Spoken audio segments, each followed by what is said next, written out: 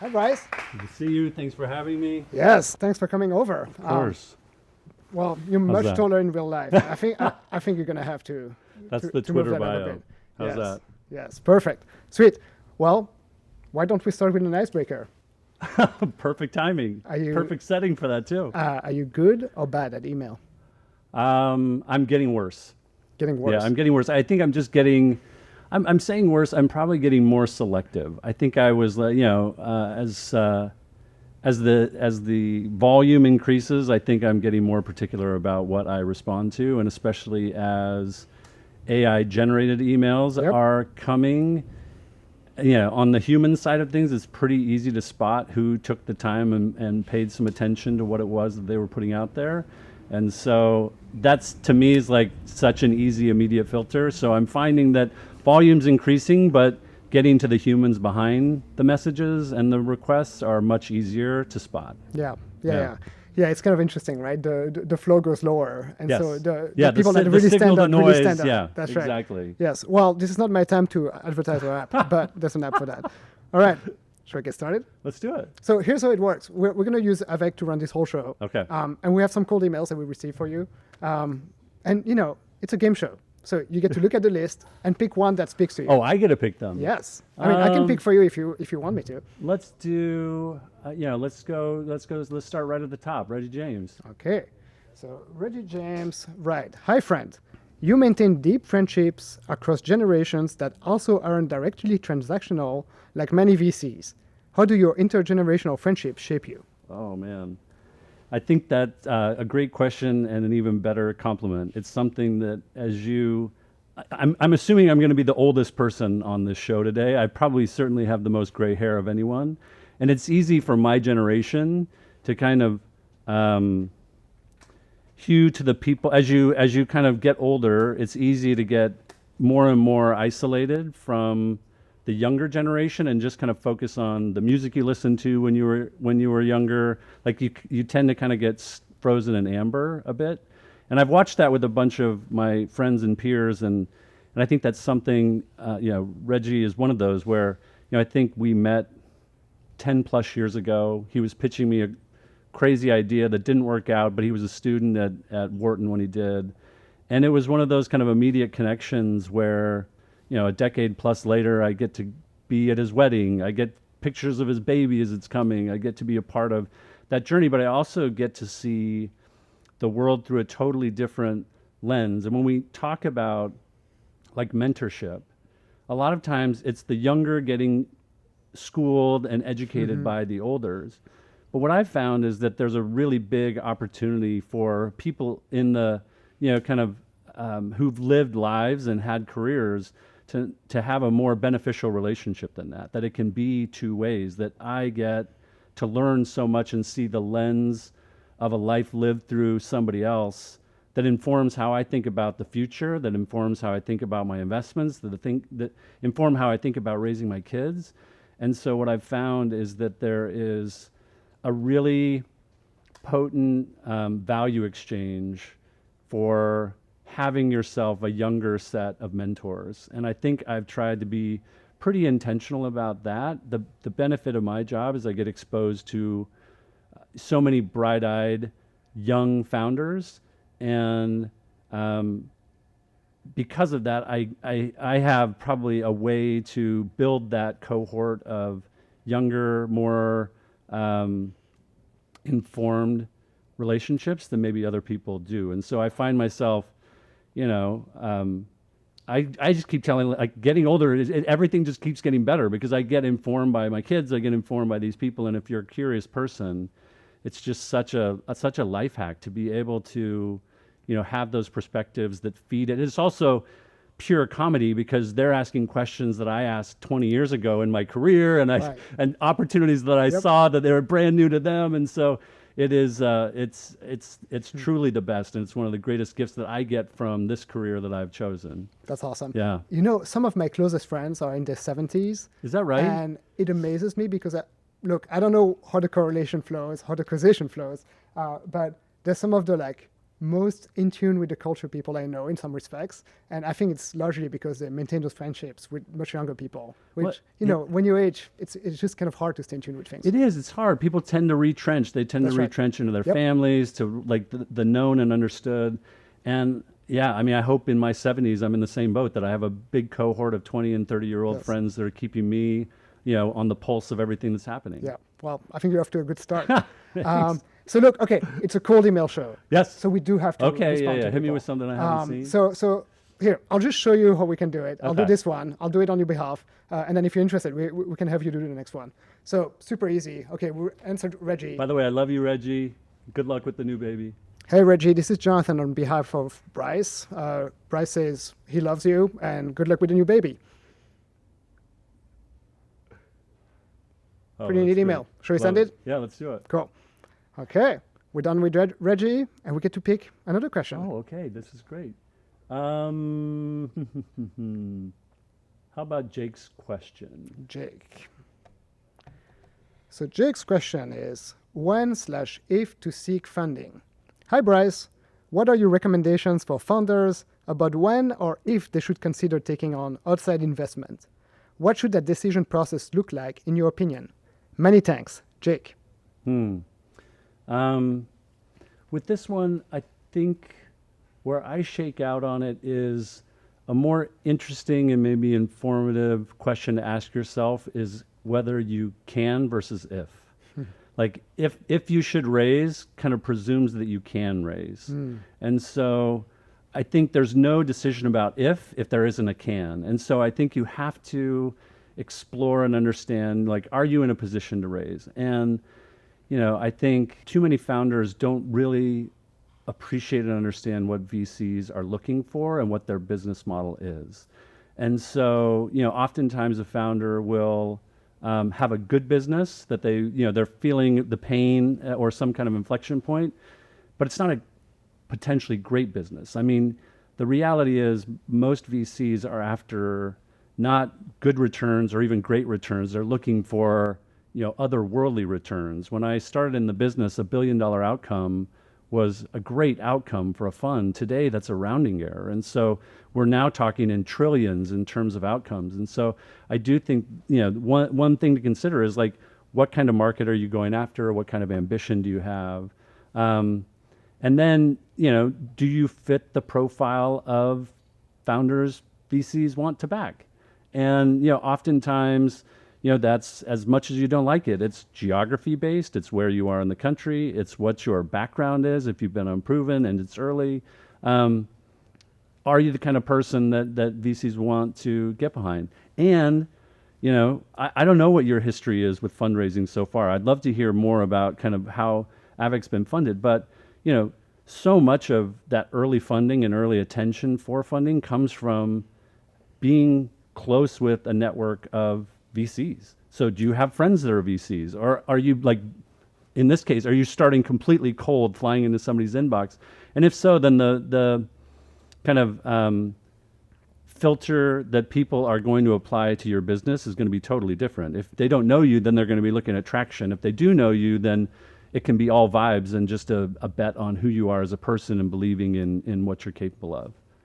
Yep, that makes sense. Look, you know, so this company is actually my second company. Okay. So we raised from Haystack, Lightspeed. Yeah, it was an awesome group of investors. Bunch of great folks. But the first company I started was about 10 years ago now, and I just moved here from Belgium.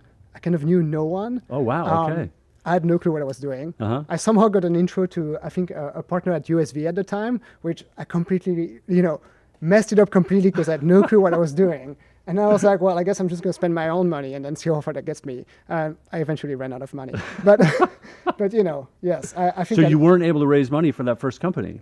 No, well, you know, I think in part I never seriously tried. Yeah. Because I was really in this mindset of like, well, I guess, you know, I should just at least convince myself that this thing has legs. Yes. And I'd made some money through a web agency I was running as a teenager. And I was like, let's just see how far I can take this thing. Yeah. And, you know, took it far, probably not that far. But yeah. It was a So good what experience. changed? What changed with the second company? I mean, you know, 10 years passed. I worked in the industry, worked at great companies, met a lot of people. Okay. And so I felt, yeah, I mean, this is really a gift. But when I started this company, it's like, it was easy to at least like get the first calls, Yes. and it was like abundance of riches, and I'm really grateful for it. But it's like I really felt the difference of being a complete outsider Yes. to being, a little bit more of an insider. Yes. And it's like a world of difference, and that was really interesting for me. No, and I think I did not appreciate how different that is when I was the outsider. Yes, no, I mean it's hard to appreciate it until you live it, and so that's why I always think this is a valuable question to ask, but it's also a little bit, I tweeted the other day that like through Series B is all vibes, Yep. and it's all vibes in relationships because Yep. you're not going to have there's any number you put in front of investors that isn't like completely parabolic is not going to be interesting, and so. It's all about relationships. It's about who you know. It's about their belief in you. And it sounds like you have a lived experience to at least contrast, like being someone without those and then building those over the course of a career. Yeah, I mean, the unfortunate reality of that is that it takes a lot of time. That's the downside of that approach. Yes, for sure. All right, let's respond to Jake. Do you Okay. want to try it? I can press and hold the big blue button, and then you can Okay. just say a few words, and it will work. You don't need to lean Oh, in. I don't. Okay. Jake, awesome question. I would reframe it as can you versus should you. If you can, then you get to have the optionality of which direction to go, whether or not to pursue it. And I hope you end up in that position down the road. Well, he might already be there. Nice. Does this look right to you? That's Should we great. send it? Yeah. Cool. Okay. Want to pick another question? Let's go. Oh, let's mix it up. Samir, let's get into that one. Okay. As you saw, when Bryce walked on the set, he's extremely tall. I strategically stayed in my seat so that would not be entirely obvious with respect to my own height anyway. So Samir is asking, what's the biggest downside of being ridiculously tall? Oh man, unfortunately there are very few major downsides. The one downside that I have found is the crushing disappointment that people have when they find out that I didn't play basketball. Oh. Yeah. Why is that?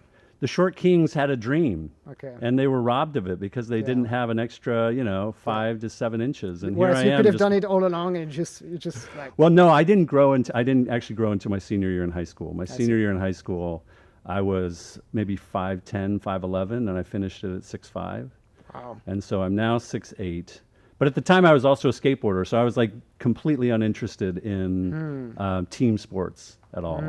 And so there was a while there where I used to kind of tease people that I live in Utah, and so there's been any number of like faceless white guys that have played for the Utah Jazz.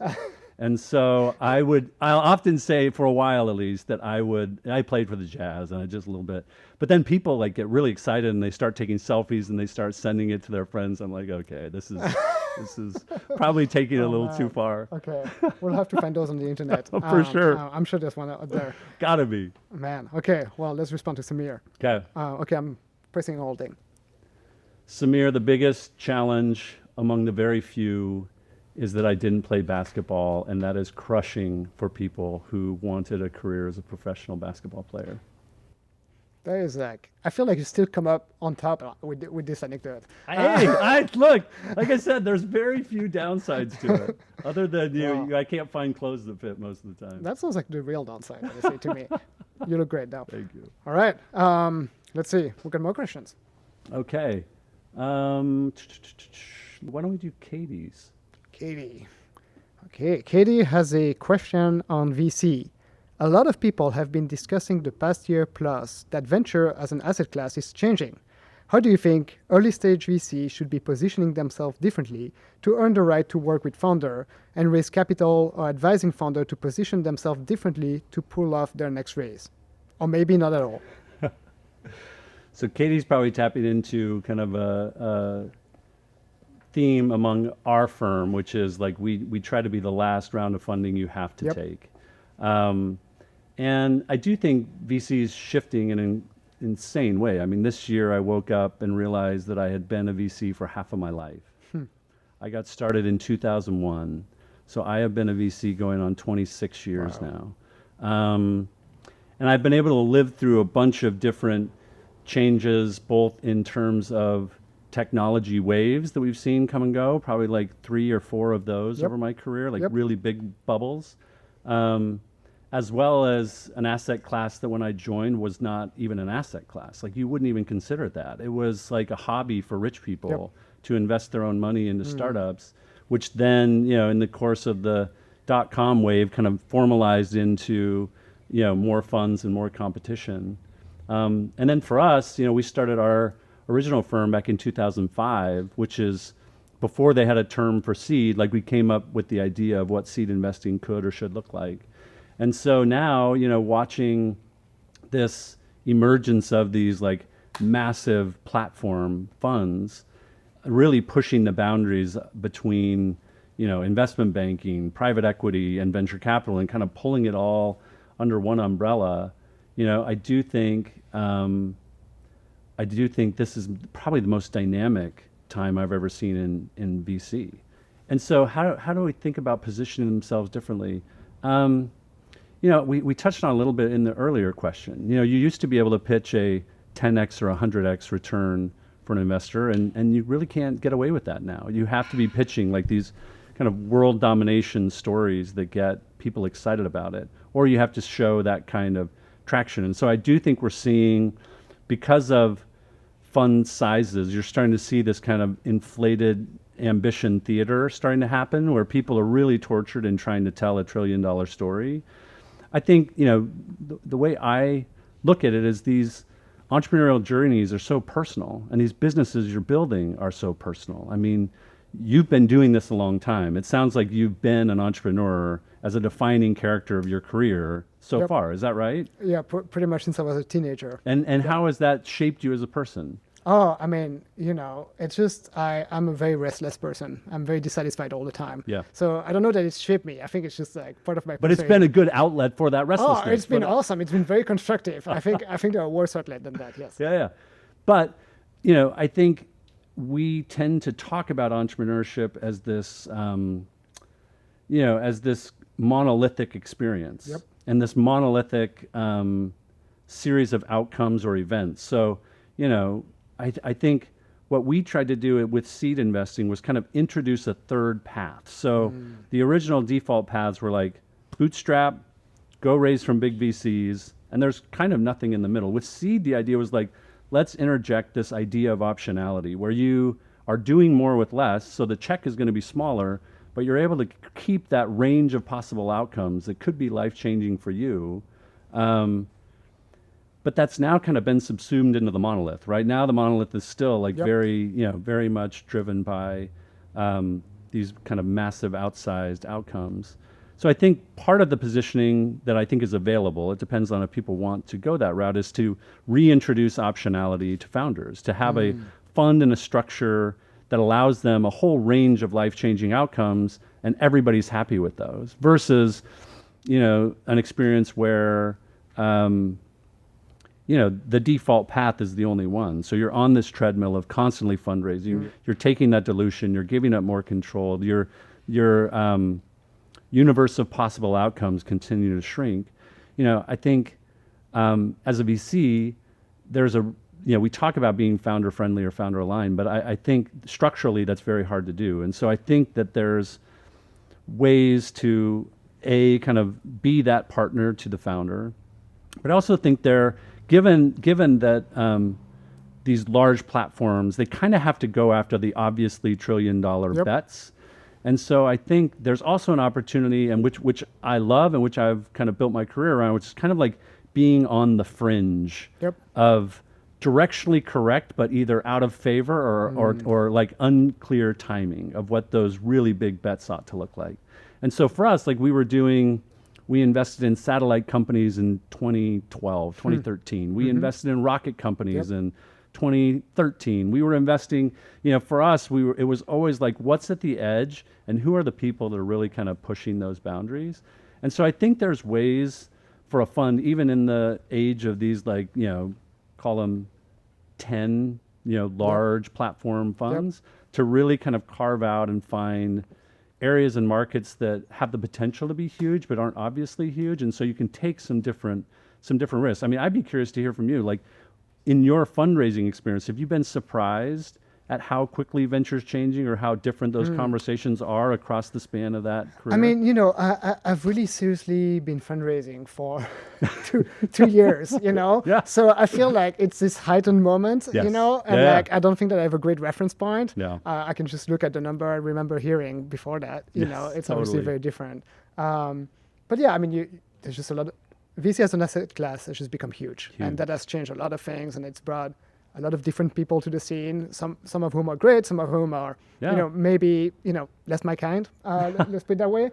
Yeah, it's very interesting. I think, the time will tell. Time will tell. Like it takes about 10 years, maybe sometimes 20 years, and we'll see what works. And I think the thing that I've seen, at least with my peer set that's been around, some have just opted out and just said, I don't like the Yep. way this is going. Some have like defaulted to, it'll go back to the way it was. Yep. It always does. I think we're somewhere in the middle, which is like, let's like watch where this thing is going and let's try to influence and shape it as much as we can, because ultimately the bets we make are the world we inherit Yep. in a decade Yep, from now. that's And right. I've watched that now across these 25 years of me investing. You could see where the energy and investment went, Yep. and then you can watch that play out and how that kind of reconfigured the world around it.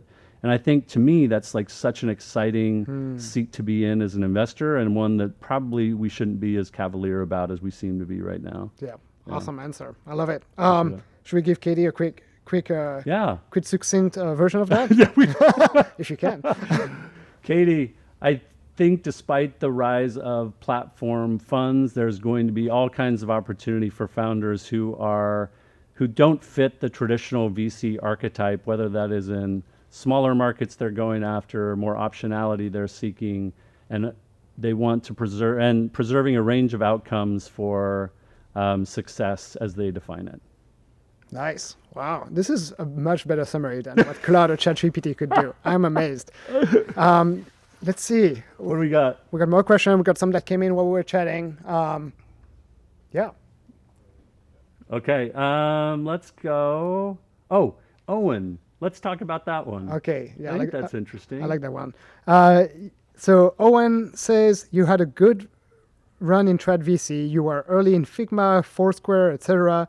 That seems to have worked well for you. Why try a completely different model? Is it even VC? Is it even VC? I think this has, there's probably a lot of context we need to, or some context I think to offer for this. Yes. Because, yes, we were early investors in Figma, Foursquare, Fastly, Planet Labs. We've had a bunch of really great outcomes, and I'm grateful to have been able to earn a seat at the table for the last 25 years, because you aren't usually able to maintain it if you aren't delivering returns. And so thankfully for us, we've been able to do that. I think there was an opportunity probably 7 or 8 years ago now, where I looked at kind of what was happening with seed. And when we started, it didn't exist. There was no term for it. So there were like 5 of us that were doing it. It was us and Josh Koppelman and Mike Maples and a handful of people. But there wasn't like an umbrella that you would put it under in terms of an asset class.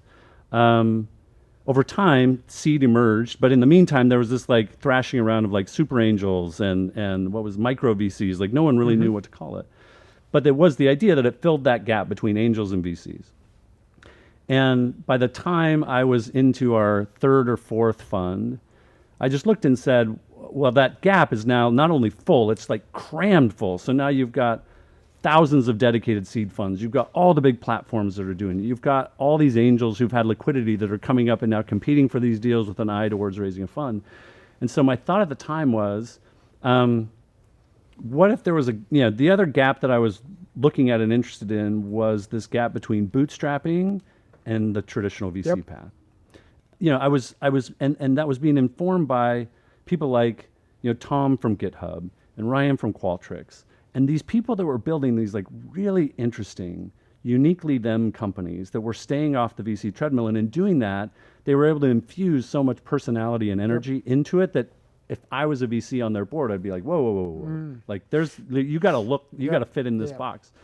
And so for me, I want more of those like wild, weird, interesting, very personal kinds of companies that reflect those values that might make a traditional VC uncomfortable. And so the idea with Indy was like, let's try to fill this gap. And in doing that, we ended up inventing some structures and different ways to make investments so that you could kind of preserve optionality in the case that the business didn't go on to raise or become some big VC thing. That was a fun experiment that came back negative on the data. Yep. And so what was clear was that entrepreneurs wanted standard terms. They wanted that optionality. They valued that form of partner, but they didn't necessarily want to have to rethink and redo. And am I taking on debt? Am I taking on equity? How should I be thinking about this thing? So I pulled back on the initial version of Indy, and really thought long and hard about what I wanted to do. Because at that point, I wasn't sure if there was a place for me, if I wanted to be at the table.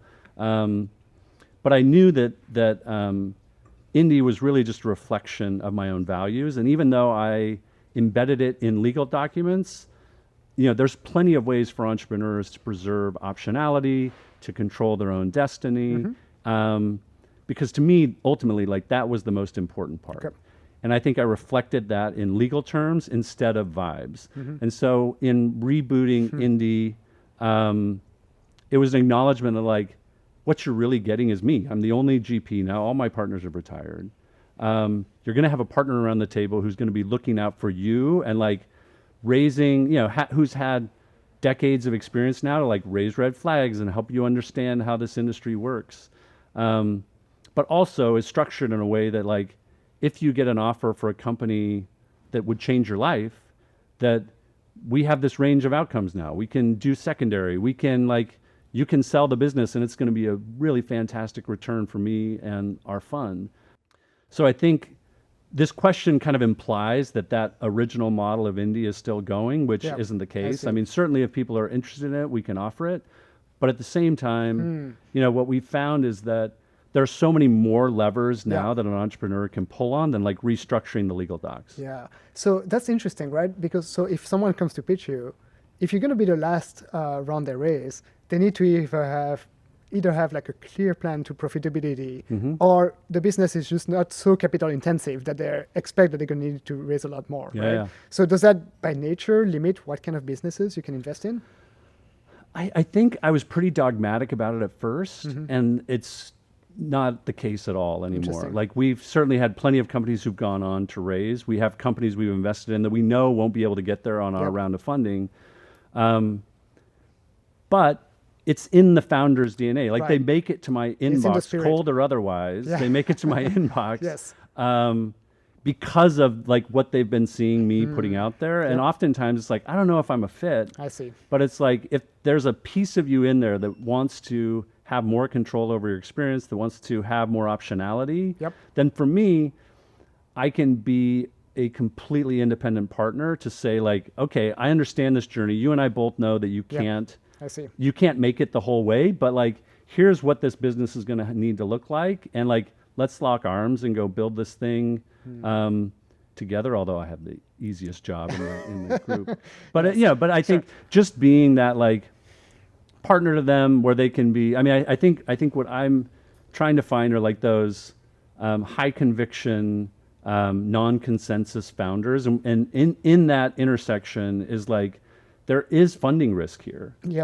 You're building a business that we may need to preserve some optionality because we don't know how this market's going to evolve versus I think what most of the big platform funds and what most of the more traditional VC funds do is they're very good at investing in the white hot center. And so if you want to be out on the fringes, then you just have to be in business with those people that can weather it. And for me, I just try to be that partner to them. With no other caveat. There's no structure. There's no anything else. That's just who we're trying to be. Yeah, makes sense. Sweet, awesome answer. So I think we're almost out of time. Should we quickly respond to Owen? And then maybe I have a question of my own. Actually. Yeah, let's do it. Okay. All yours. Okay, Owen, buddy, thanks for the note. I came to the same conclusion you did. At the end of the day, it really is VC, and that's the product. The best entrepreneurs that I wanted to work with. So we refactored, and Indy is now more a vibe than a structure. Well, it's a vibe encoded in legal document, right? There you go. Exactly. Sweet. Okay. I think you have an awesome shirt. Oh, thank you. Do you want to show it to the camera over here? Nice. Do you want to tell us what's on your shirt and why you put it on today? So the picture on this shirt is from I believe it's a Fortune magazine article back in the heyday of the Microsoft Yep. and Apple battle. It was actually shortly after Bill Gates returned, and Microsoft had just made a massive investment in Apple, and this was like the olive branch photo that they took. So there was a designer out of Chicago that has a brand called Infinite Archives, and they put out this shirt. And I think it is a real time capsule of That's a right. time Yes. in tech that was really, really special. And I think it's probably one of those personalities and archetypes of founders in these very two people, I think, have completely shaped the way venture and investing, like how often do you hear people contrasting Jobs with Gates even now as like the two archetypes? And I think for me and why I wore it is I just think it's such a potent reflection for all of us to like think about who we are, what we're building, and why we're building it. And I think that was such like a cavalier time to be out there. There were no like $1 trillion companies, $1 billion companies Yes. barely existed. Those were not yet $1 trillion companies. Correct, exactly. That And makes so sense. that's why I put it on. Sweet. I love Thanks, it. man.